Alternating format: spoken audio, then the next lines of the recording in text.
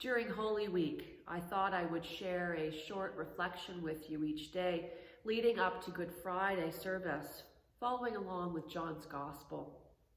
These thoughts I share with you are inspired by some reading that I was doing in a book called Sacred Days, Following Jesus Through the Christian Year, as well as, of course, commentaries and just my own personal prayerful reflection on these readings. And so today, John tells the story of Jesus' confrontation in the temple early in the gospel, right after the wedding that was held in Cana. Let me share the reading with you.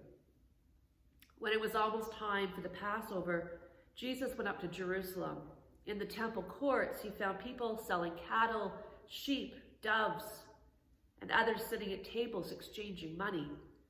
So he made a whip out of cords and drove them all from the temple courts, both sheep and cattle.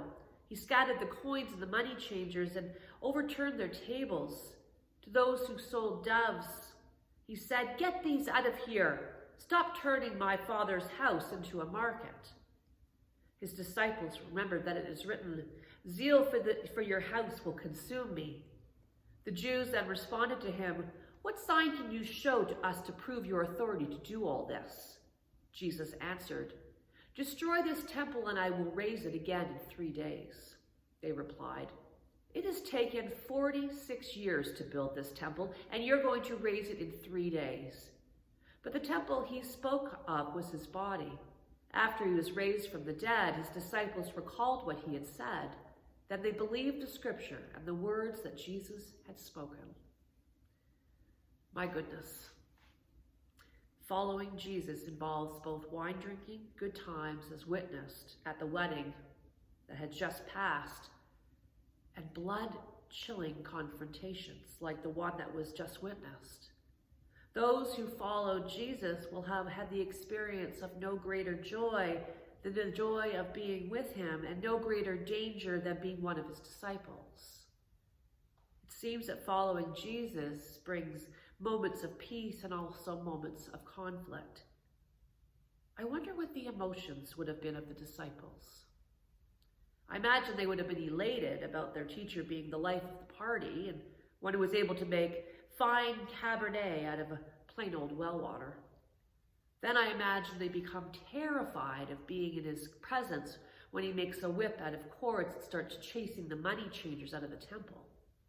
I wouldn't be surprised at all if they ran for a corner looking for somewhere safe to be, out of harm's way, while Jesus and the priest scurry here and there. Then we hear Jesus shout, "Take these things out of here. Stop making my Father's house a marketplace."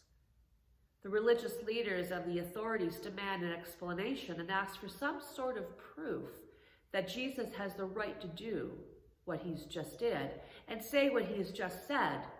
They ask for signs, recalling the wedding at Cana, and then we hear him explain, "Destroy this temple, and in 3 days I will raise it up." Of course, they interpret Jesus' declaration literally that the temple of which Jesus speaks of is the one Jewish temple in which they are standing. We find out, however, that the temple to which Jesus refers is not the temple in Jerusalem, but the temple of his body. We have the privilege of watching all of this unfold from a safe distance. And because of that, we might even smile, even laugh at how Jesus goes after those religious professionals in the temple that day. I have also wondered how Jesus saw what no one else would or could. How is it that his perception has been so radically different that he would act with such certainty so that he would make right that which was wrong? Could it be that he had been such a precious memories of the temple from when he was a young child? Maybe he'd gotten caught up in conversation with the teachers there as a small child himself. To be sure, this was his home before any other home because he understood it to be his Father's house. So maybe it shouldn't be that surprising that he got so outraged that this holy place had, for some at least, become a place of business. This, of course, would be contrary to God's intent.